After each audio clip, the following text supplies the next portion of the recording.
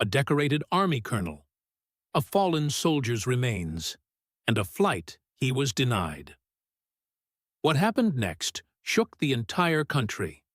The airport buzzed with its usual chaos, families dragging suitcases, business travelers glued to their phones, children weaving through crowds with exhausted parents in tow. Amid the noise and movement, Colonel David Carter stepped inside. His polished dress shoes clicked against the tile floor, crisp uniform drawing a few glances, but he barely noticed. He had done this 100 times before. But today was different. The weight he carried wasn't just from the medals on his chest. It was the flag-draped casket waiting quietly on the tarmac. Private First Class Jason Reynolds. 21 years old. Gone too soon. Carter adjusted his hat and took a steady breath.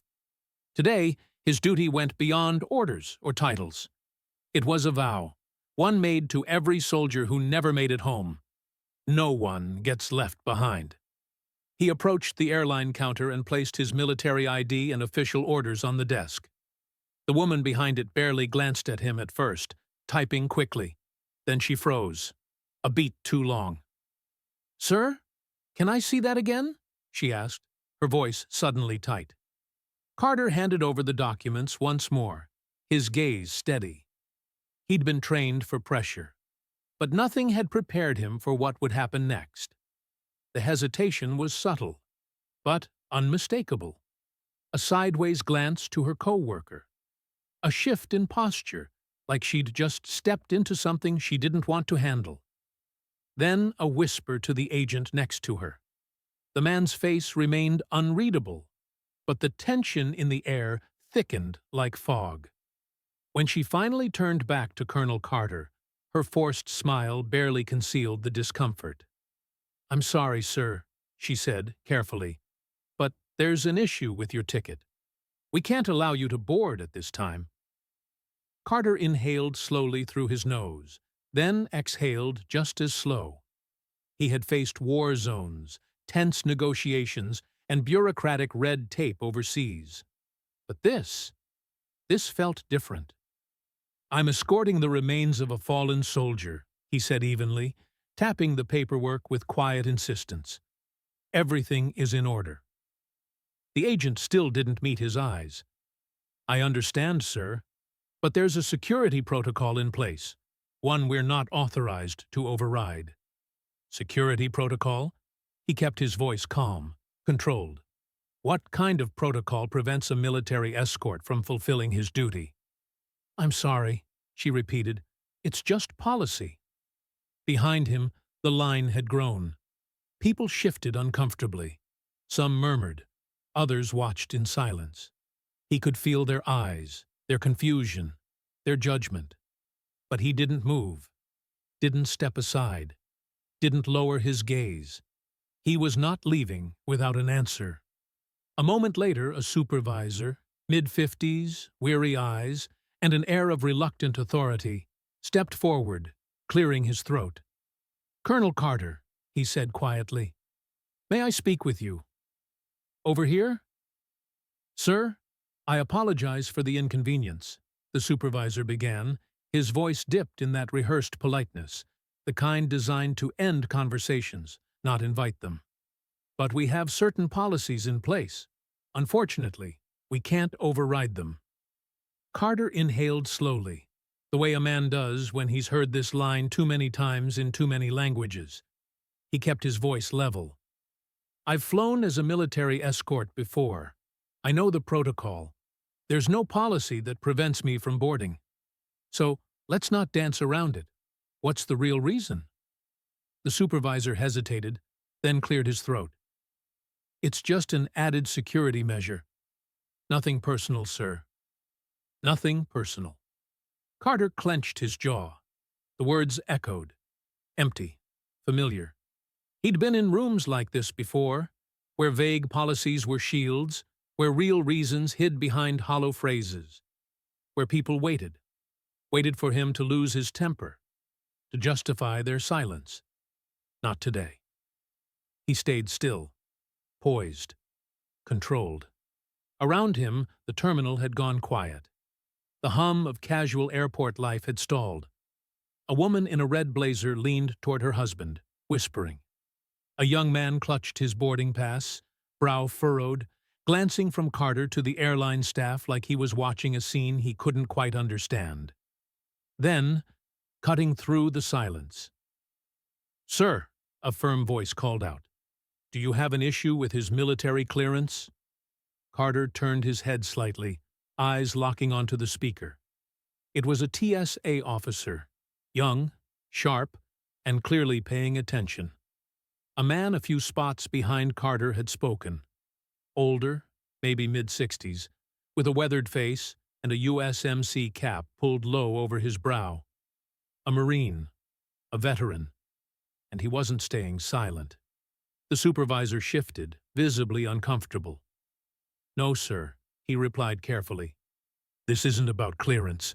We just have to follow standard protocol." The Marine let out a sharp breath, arms folding across his chest. "Yeah? I've been through airport security more times than I can count. I've never seen protocol stop a soldier from bringing one of our own home." He narrowed his eyes. "So what is it then?" Murmurs rippled through the line. Phones came out. The quiet hum of the terminal had turned electric. Passengers weren't just watching. They were recording. Whispers turned to questions. Frustration bubbled just beneath the surface. The airline agent who had first denied Carter kept her eyes fixed on her screen, pretending to type, as if data entry could shield her from the moment. The supervisor rubbed his temple, exhaling through his nose. "Let me check something," he muttered, then turned and walked away. Carter didn't move. He stood firm, shoulders squared, eyes forward. He wasn't leaving. And now, neither was this story. The murmurs around him grew sharper, angrier. A middle-aged woman in a denim jacket shook her head in disbelief. "Unbelievable," she whispered. "They won't let him on with a soldier's casket?" Another passenger spoke louder. "Someone get the news down here. This needs to be seen." The moment was shifting. Fast. And the airport staff knew it. "This isn't right," the woman in the denim jacket muttered to her husband. A younger man in a hoodie had already pulled out his phone, his thumbs flying across the screen. Others followed. The quiet murmur of the crowd shifted into something heavier. Awareness. And that kind of attention was dangerous for the airline. Carter's expression didn't change, but his mind was sharp.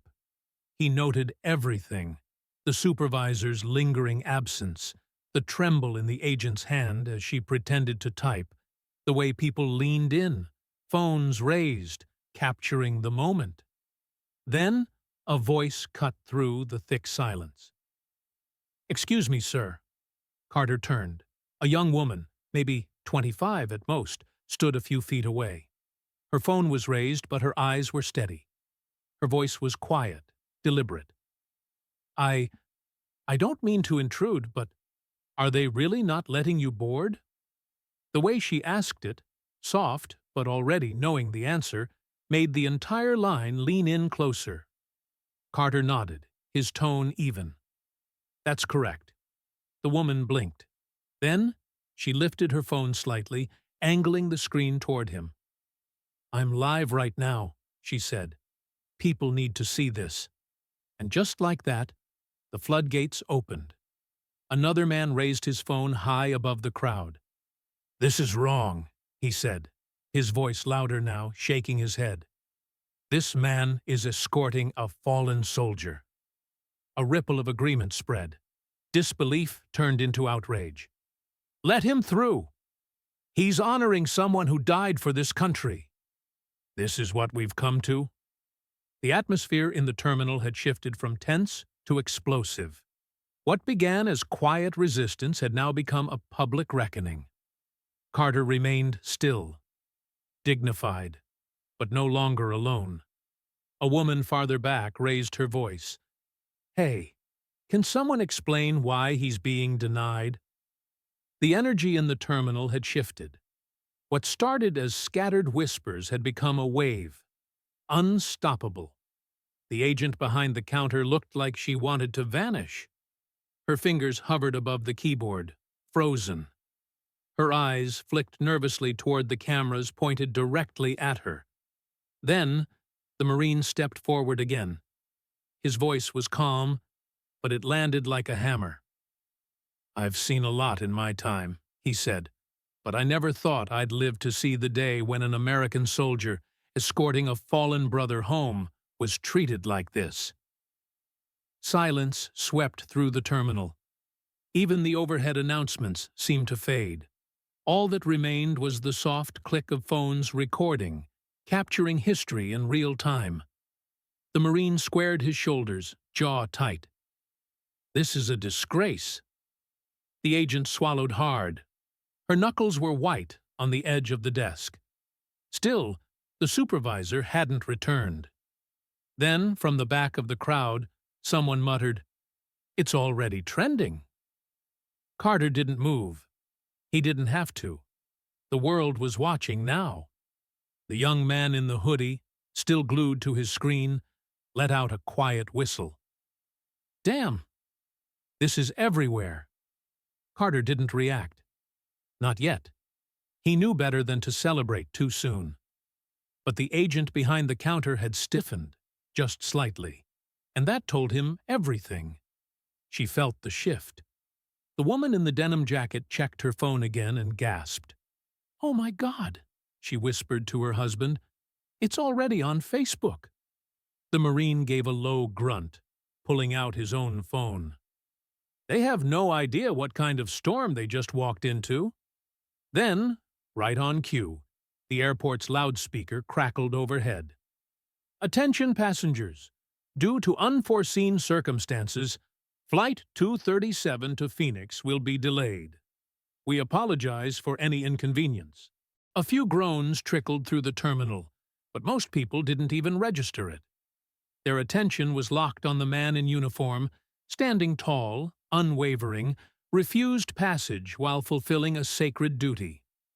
A minute later, near the windows, a young woman let out a sharp gasp. "He's on Twitter." She held up her screen for others to see. The crowd leaned in. A tweet, already gaining traction, was plastered in bold capital letters. "They just denied a black U.S. Army colonel his flight while escorting a fallen soldier's remains. This is how we treat our heroes?" The words hit like a thunderclap. And just like that, this moment wasn't confined to Gate 14 anymore. "Let him fly."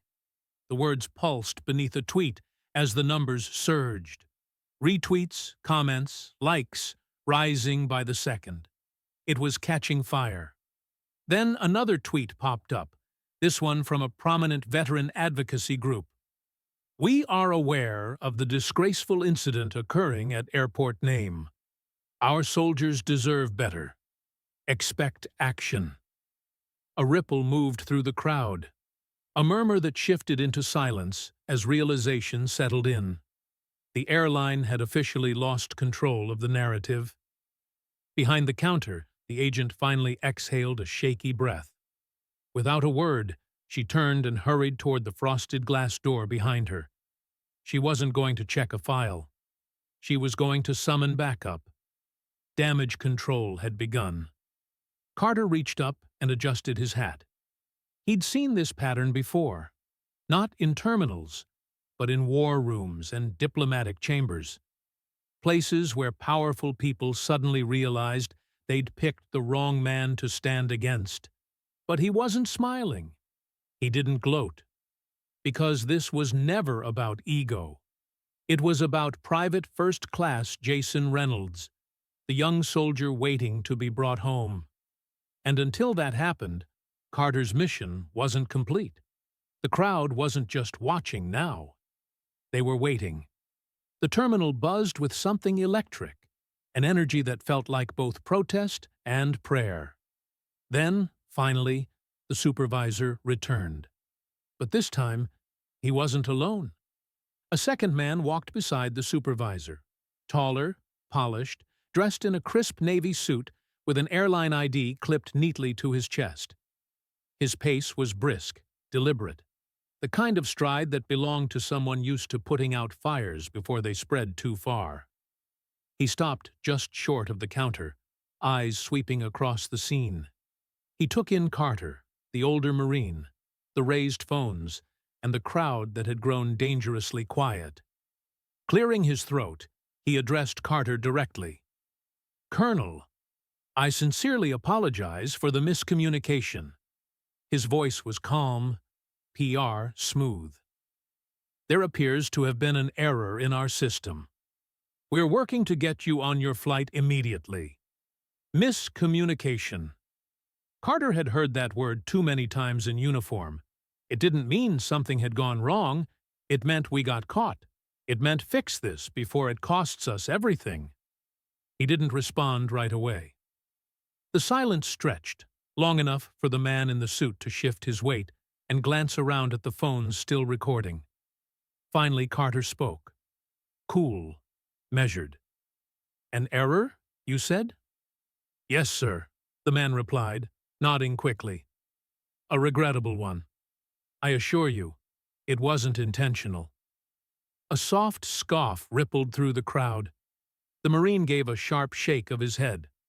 The woman in the denim jacket muttered something under her breath. The man in the hoodie didn't even look up. He was too busy live streaming. The airline rep tugged at his tie, voice tight. "We'd like to personally escort you to the gate now, Colonel." Carter didn't move yet. Not out of defiance, but principle. He looked at the rep, then at the growing crowd of strangers who'd stood up, recorded, and refused to stay silent. Then he gave a single nod. "Let's go, but he's coming with me." He gestured toward the older Marine, who straightened proudly. The man in the suit blinked. "Of course, sir. Both of you. Right this way." And just like that, the crowd parted. But the damage was already done. First-class accommodations, of course. As if that was the point. Carter didn't react.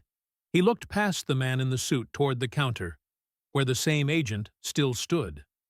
Eyes down, shoulders tight, avoiding his gaze. The same agent who had smiled stiffly while denying him passage. The same one who hadn't even bothered to double-check the system before saying no. He drew a breath through his nose, steady. "I appreciate the urgency," he said quietly, "but I need to clarify something first." The rep nodded, a little too eagerly. "Of course, sir." Carter's voice stayed level. "If no one recorded this, if no one spoke up, would I still be standing here?" Silence fell like a dropped pin. The rep's smile faltered. His throat bobbed in a hard swallow. "Sir, You don't need to answer," Carter cut in. He already knew. Everyone here did. From the crowd, a woman's voice rose, soft but clear. "He's right." The rep tried to regain control, smoothing his voice like a wrinkled tie. "Sir, we sincerely apologize." "This isn't about an apology," Carter said, his tone firmer now. "It's about accountability." Another ripple moved through the crowd. Agreement, anger, something deeper. Disappointment. The man in the suit stiffened, sensing the moment slipping. He squared his shoulders, his voice edged now. "Colonel, let's get you on your flight." But before Carter could respond, a new voice rang out behind them. "Sir." A younger man in an airport security uniform stepped up beside the counter, holding out his phone toward the airline rep. His jaw was tight, eyes serious. "I think you should see this." The rep frowned and took the phone, scrolling quickly. His face went pale. The Marine crossed his arms, voice low but sharp. "What? Something wrong?" The rep said nothing. Carter already knew. The backlash had exploded beyond the airport walls. A major news outlet had picked up the story. The headline was blunt and unforgiving. U.S. Army colonel denied flight while escorting fallen soldier. Airline scrambles for answers beneath it. A video clip played, raw footage from the terminal, the tension still crackling through the screen. The rep handed the phone back, inhaled sharply, then faced Carter. His voice was thin, strained. "We deeply regret this situation. We would like to issue a public statement to clarify." Carter cut him off, calm but firm. "The public already knows the truth." A heavy silence fell. The rep pressed his lips together, defeated. Carter glanced at the crowd. Phones still raised, still recording. Then he looked back to the representative.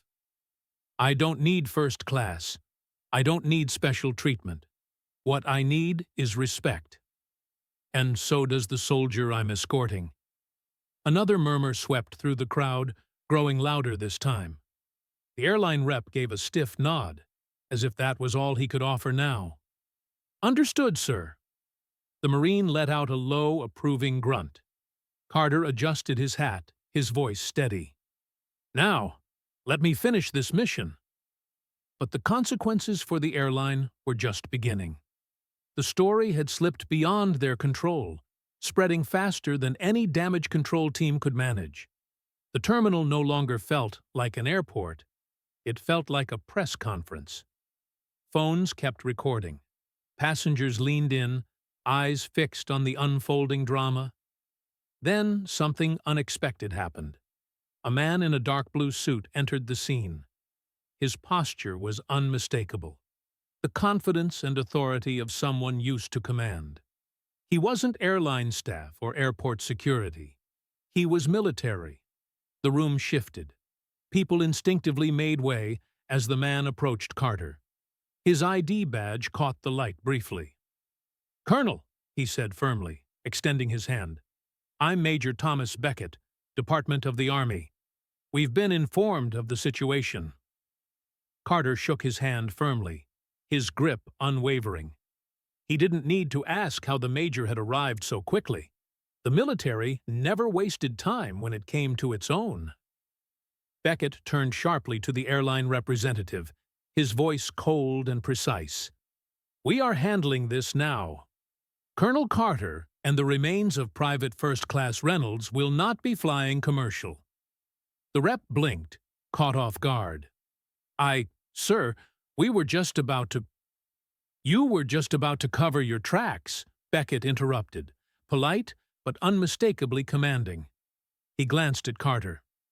"Sir, the Pentagon has arranged a private military flight. Your transport is ready and waiting." A ripple of murmurs swept through the crowd. Passengers exchanged stunned looks. The U.S. military had officially stepped in. Carter exhaled, not with relief. He didn't need saving, but because finally the mission was back on track. He gave a slight nod. "Understood, Major." Beckett's eyes flicked once more toward the airline rep. "This will be addressed." It wasn't a threat. It was a promise.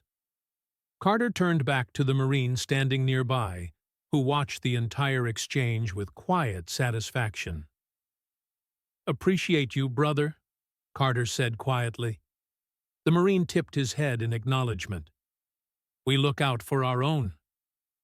Carter cast one last glance around the room. The people who had spoken up refused to let this injustice slide, who made sure the story was heard. He adjusted his uniform, squared his shoulders, and walked away. Not toward the gate, but toward something bigger. For the airline, however, the fallout was only beginning. They had hoped this would blow over. Some apologies, a press release, maybe a carefully worded statement from the CEO. Damage control. But the public refused to let it go. News outlets picked up the story.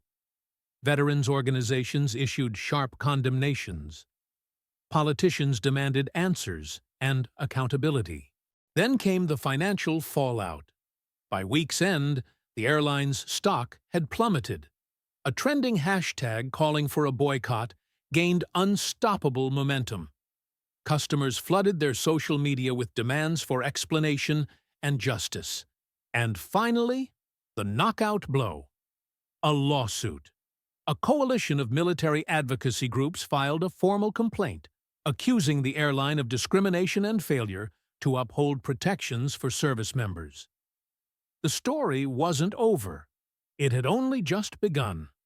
Under mounting pressure, the airline's CEO finally stepped forward. He called it a broader, regrettable misunderstanding and announced that the employees involved had been placed on administrative leave. But for many, it was too little, too late. Meanwhile, Colonel Carter continued his mission. He escorted Private First Class Jason Reynolds home, standing quietly as the young soldier's family said their final goodbyes. Carter didn't need the headlines. He didn't seek attention. What he needed, and what they all deserved, was respect. Respect shouldn't be conditional. It shouldn't hinge on a viral video or public outrage. Respect should be the standard. The people at that airport, the Marine, the passengers who spoke up, the ones who refused to stay silent, they proved something vital. When people stand together, injustice has nowhere to hide. If you believe in accountability, if you believe in honoring those who serve, let your voice be heard. Because silence only lets this happen again. And next time, it might not go viral.